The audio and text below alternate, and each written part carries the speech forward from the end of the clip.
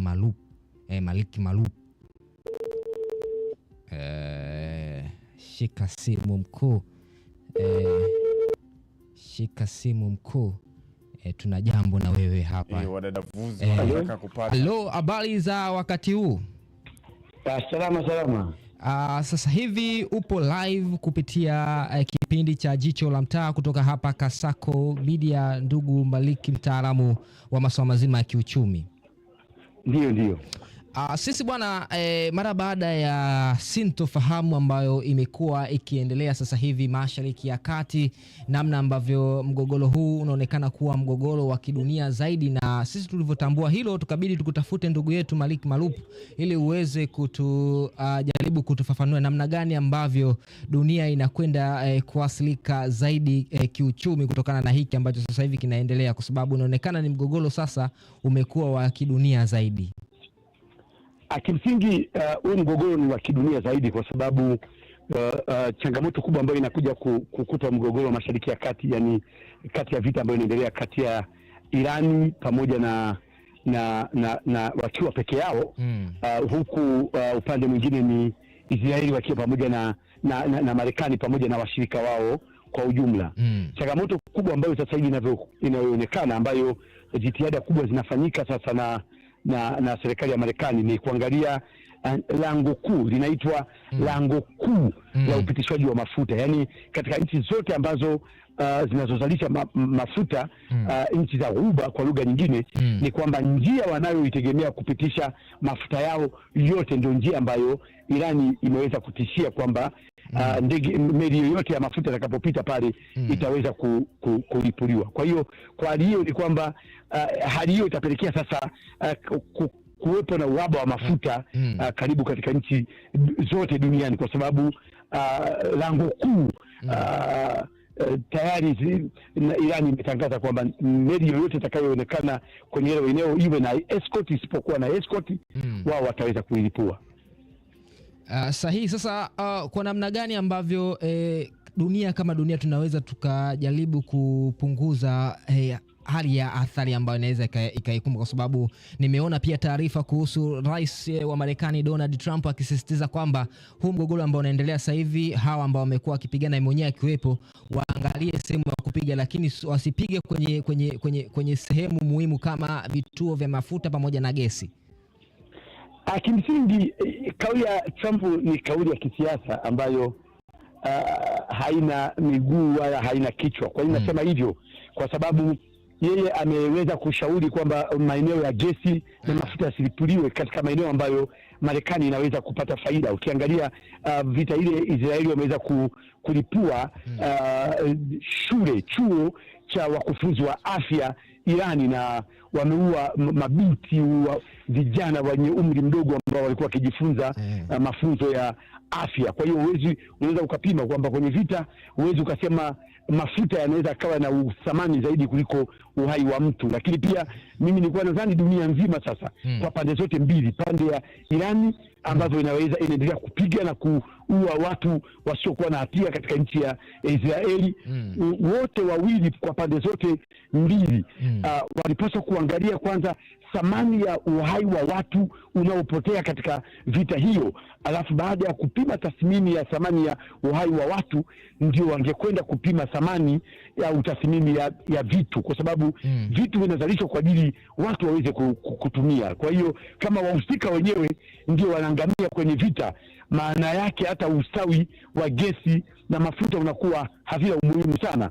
Yani humanitarian reasons una factor ambayo inakuwa considered zaidi kuliko ile property reasoning, kwa sababu properties zinategemewa zitumiwe na watu ambao watu wenyewe ndio wanaoangamia kwenye vita mpaka sasa hivi. Askari wanakufa, raia wanakufa, watu wanakufa, na athari yake itakuja kutokea sehemu kubwa sana katika dunia kwa ujumla, kwa sababu ukiangalia mataifa kama Tanzania, juzi hapa ndio tumeona matenki ya kuhifadhia mafuta zaidi ya ya lita 500 ndio yakizinduliwa na Mheshimiwa Rais, yani wastani wa lita 500 mpaka milioni 1. Sasa unaangalia bado unaona kabisa nchi za Kiafrika nyingi hazijajipanga kabisa na masuala ya kuwa na hifadhi ya kutosha ya mafuta katika nchi zetu. Wakati tunapozungumzia lita 500 mpaka milioni 1, yani watu wengine wana hifadhi ya mafuta milioni 5, milioni 6, milioni 7 kwenye yani unaona watu wana lita mpaka milioni 7 milioni ngapi? Yani sisi bado tuko nyuma kabisa. Yani nayo ni store ya eneo moja tu, jimbo moja tu, watu wana akiba ya mafuta lita milioni 6, milioni 7, milioni 10. Hiyo jimbo moja, sio nchi, jimbo moja. Sasa sisi nchi nzima tuna wastani wa lita 500 akiba ambayo imehifadhiwa kwa ajili ya nani, ambayo ni ndogo sana, haiwezi kukidhi mahitaji ya msingi. Sasa hapa sisi tumekuwa na maswali mengi, na miongoni mwa maswali makubwa ambayo tumekuwa tukijiuliza na watu wamekuwa wakitutumia jumbe zao hapa wakijaribu kuuliza ni namna gani ambavyo Marekani anapata faida kwenye hii vita, kwa sababu tumeona ameingilia katika mgogoro ambao kimsingi ukijaribu kuangalia kwa jicho la kawaida kama ulikuwa au muhusu vile. Sasa yeye anakwenda kupata faida gani na hiki ambacho sasa hivi kinaendelea? Kwa sababu moja kwa moja mtu ambaye mpaka hivi sasa anaonekana kutupiwa lawama kubwa ni Marekani, kwa sababu inaonekana Israel bila Marekani asingekuwa na nguvu ya direct kwenda kumvamia Iran.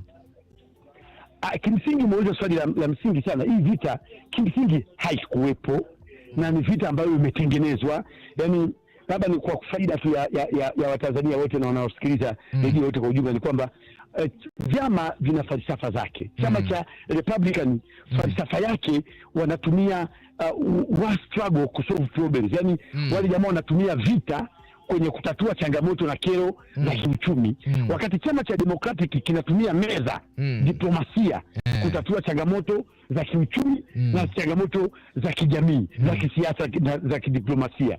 Ndio maana chama cha Republican huwa kikishinda kwenye uchaguzi wa Marekani, zile viwanda vya utengenezaji wa silaha na kampuni za usambazaji wa silaha hisa zake zinapanda kwa kasi. Chama hicho kikitoka madarakani, hisa kwenye makampuni ya utengenezaji wa silaha, usambazaji wa silaha zinapungua, zinashuka. Umeona maana yake nini? Ni chama ambacho hakiwezi kukaa madarakani bila kutumia mtutu wa bunduki, ndio falsafa yao.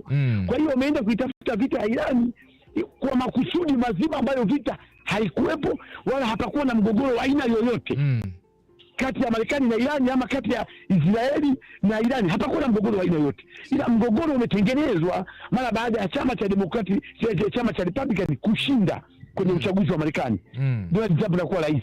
Kwa hiyo ndio maana ametaja orodha ya nchi kwamba akimaliza Irani amesema anakwenda Cuba, na tayari rais wa Cuba ametoa tamko jana, amesema yuko tayari kwa vita na ameshajiandaa kwa vita, kwa sababu anajua chama cha Republican na Donald Trump atamvamia kwenye nchi yake.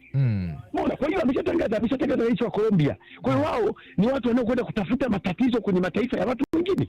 Wanakwenda Venezuela kwa rais Maduro, wamemkamata rais Maduro, wako naye Marekani. Unatoka kwenye nchi yako unakwenda kwenye nchi ya mtu mwingine, unakwenda unamkamata rais wa nchi nyingine, unamchukua unaenda unamweka kwenye kizuizi kwenye nchi yako pasina kufuata sheria za kimataifa, pasina kufuata nini. Kwa ni vitu ambavyo wanafanya utafikiri watu ambao sijui ni namna gani. Na Donald Trump ndio ameprove failure na kuonesha namna ambavyo uwezo wake wa kufikiri vizuri na kwa mdogo. Anaingilia nchi nyingi na anakwenda kupiga nchi ambazo hana uhasama nazo, hana ugomvi nao, lakini nataka kuonyesha tu ule ukubwa wa kivita. Na rais mwenyewe aendi kwenye mataifa kama Korea Kusini au Korea Kaskazini. Hawezi kwenda kupeleka vita kwenye mataifa kama Urusi ama China, ili tuone uwezo wake. Aende akamkamate rais wa China, ameweke kizuizi. Hapo tutaona kabisa kwamba ni rais mkomavu, anafanya maamuzi ya haki na busara na hekima. Aende China, uone dunia itakapowaka moto. Kwa hiyo akienda kwenye mataifa kama hayo, nchi itasimama, dunia itasimama kwa masaa kidogo kupisha hiyo tibiri. Kwa hiyo anaenda kwenye marais nchi ambazo anaona uchumi wake huko very weak, ndio anakwenda kuonesha ukubwa kwa mtu aliyekuwa dhaifu. Lakini dunia iko salama, isipokuwa Marekani haiko salama, inatafuta vita kwenye mataifa ya watu na kwenye nchi za watu. Naam, mchumi, katika kitu ambacho kinaonekana ni ilani za Republican pamoja na maslahi binafsi ya rais wa Marekani kwa maana ya Trump kwenye kutaka kuacha ama kuweka legacy kubwa sana katika taifa la Marekani. Sasa katika ambacho kimekuwa kikiendelea kule Israeli na Irani, mataifa kadhaa yamekuwa yakikataa kuingia katika mtego wa Marekani kwenye kupigana vita ili yaanguke kiuchumi kama ilivyotokea katika vita ya pili ya dunia. Lakini athari hizo kwa kiasi kikubwa zimekuwa zikirudi sasa, na shinikizo la nguvu ya ndani la Marekani limekuwa likionekana tena, raia wa Marekani wakianza kupima kinamna fulani. Unahisi kuna namna fulani hivi Marekani naye ameanza kuathirika kiuchumi mpaka hizi kauli na propaganda nyingi zinaenea ili kuhakikisha kwamba hii vita inaisha na bado yeye akionekana bado ni superpower? Mpaka sasa hivi ni zaidi ya bilioni yani US dollar bilioni 30 zimeshatumika kwenye vita hii mpaka sasa hivi tunapozungumza. Yani maana yake ambazo hata mkurugenzi wa usalama aliyejiuzulu juzi wa Marekani amesema kabisa kwamba tunaona Marekani inatumia pesa nyingi kuinvest kwenye vita ambazo sisi hatuna uhasama nao na hatuna chochote tunachokipigania kwenye mataifa hayo. Kwa hiyo unaona namna gani ambapo Marekani pia inapata hasara kubwa kwa kuchukua wanajeshi na kuchukua zile vifaa vya kijeshi kupeleka Israeli na kupeleka kwenye zile campsite ambazo ameziweka katika nchi ya Saudi Arabia.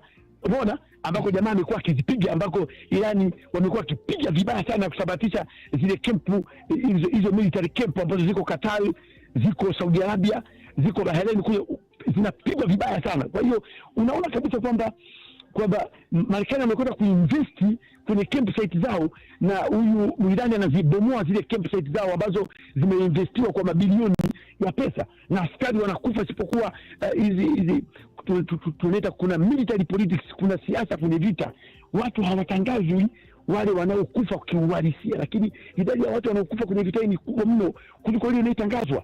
Umeona? Lakini pia Amerikani wanapata hasara kwa sababu shughuli za kiuchumi za connections kati ya Amerika na nchi za Ghuba zote zimesimama kutokana na vita. Angalia sasa hivi Dubai hakuna ndege hata moja airport. Watu wameenda kuhifadhi ndege zao. Kwa hiyo kiuchumi hizi business transactions zimesimama zote, na sasa hivi labda kwa taarifa ya Tanzania wote, ukiachia mbali Marekani katika hasara ya kusafiri na kufanya shughuli zao katika nchi ya Ghuba, sasa hivi tiketi ya ndege, sasa hivi tunapozungumza hapa, sasa hivi tiketi ya ndege kutoka Dar es Salaam kwenda Nairobi ilikuwa kwenda na kurudi unakata kwa shilingi 600,000. Sasa hivi kwenda Nairobi kwenda na kurudi, sasa hivi tunapozungumzia ni 2,400,000. Sasa hivi tiketi kutoka Dar es Salaam kwenda Nairobi unakata tiketi kwa shilingi 2,200,000. Na wana usafiri, nadhani wananisikia, na watakao kuwa wamesafiri ndani ya wiki hii watathibitisha hilo kwamba gharama za usafiri wa anga zimeongezeka kutokana na nini?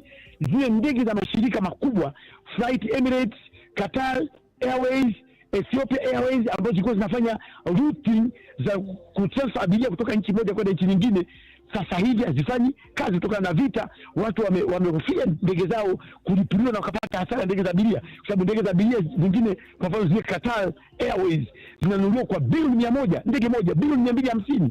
Umeona? Kwa hiyo ikilipuliwa mtu anapata hasara. Sio hasara ndogo, hasara kubwa. Upate hasara bilioni 250 kwa sasa hivi kwa ndege moja, zile ndege za VIP, zile ndege kubwa zile DMX. Ni ndege ambazo ni kubwa, ambazo zina VIP, ambazo mtu analipa $13,000. Hiyo ndege iende ikapigwe leo, huyo tajiri anayemiliki au kampuni ya Flight Emirates itapata hasara kiasi gani? Kwa hiyo ndege kubwa zote zimesitisha huduma zao, zimebakia tu katika maeneo ambayo zono ambazo ule uwanja wa vita haupo, lakini zile zono zote bei imeshuti mara 3 zaidi ya bei ambayo ilikuwa ikitumika. Kwa hiyo Waamerika nao wanaathirika na huo mfumo wa usafirishaji wa anga kwa kushinda kusafiri kwenda katika baadhi ya nchi, na wanaposafiri gharama zimeshuti kwenda juu sana kwa sasa hivi katika usafiri wa anga.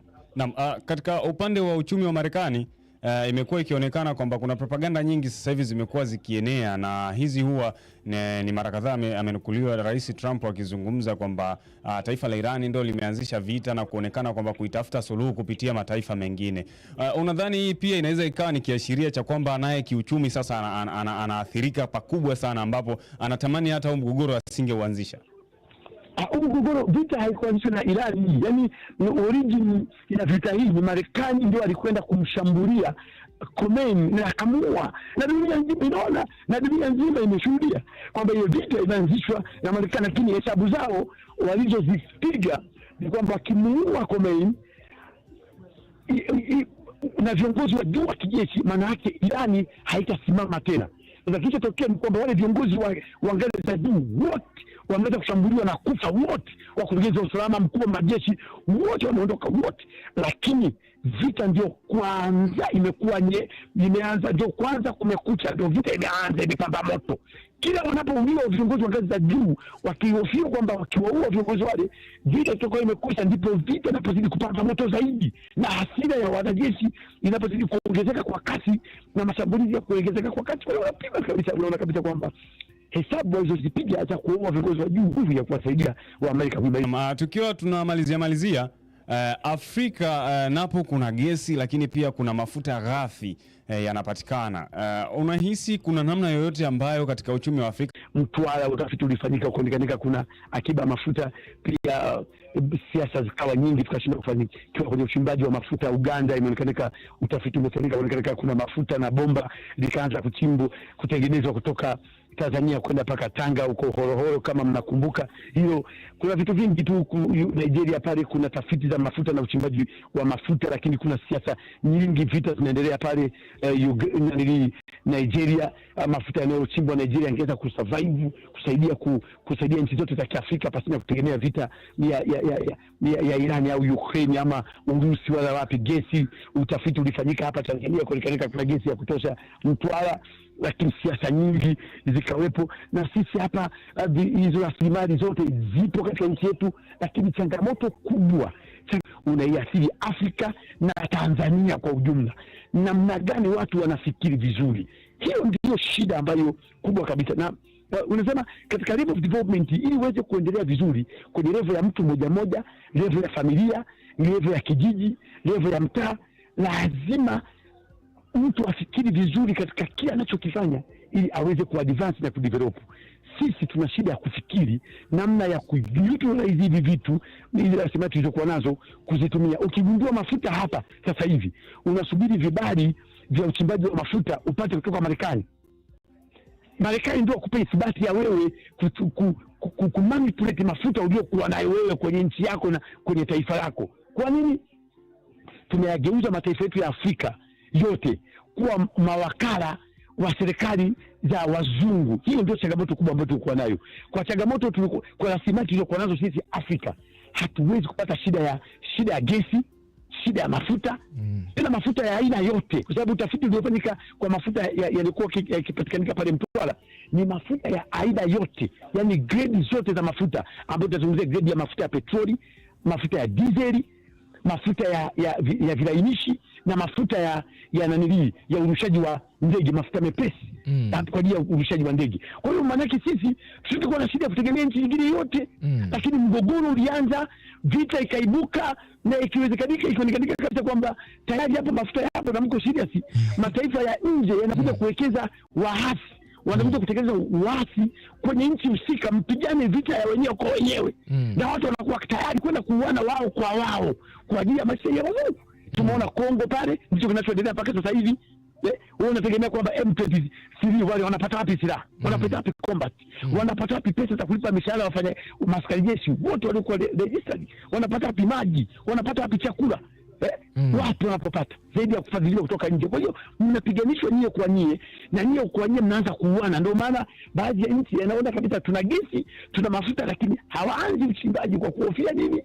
Kutatokea vita za wenyewe kwa wenyewe na matokeo kitaleta madhara. Kwa hiyo wanaamua kusitisha, yani nchi na mafuta, nchi na gesi, hawawezi kuchimba gesi, hawawezi kuchimba mafuta, hawawezi kuchimba nini, kwa kuhofia kwamba mataifa ya kigeni yatakuja kuwekeza ndani ili kusababisha vita. Angalia pale kwa rais wa Burkina Faso, kila siku anafanya majaribio kutaka kuuliwa kwa sababu amekataa sera za watu wa Marekani. Na Rais Donald Trump ameonekana kumshambulia vikali rais wa Burkina Faso, Traore, kwa sababu wanataka kumanipulate vitu vya ndani kwa faida ya watu wa ndani.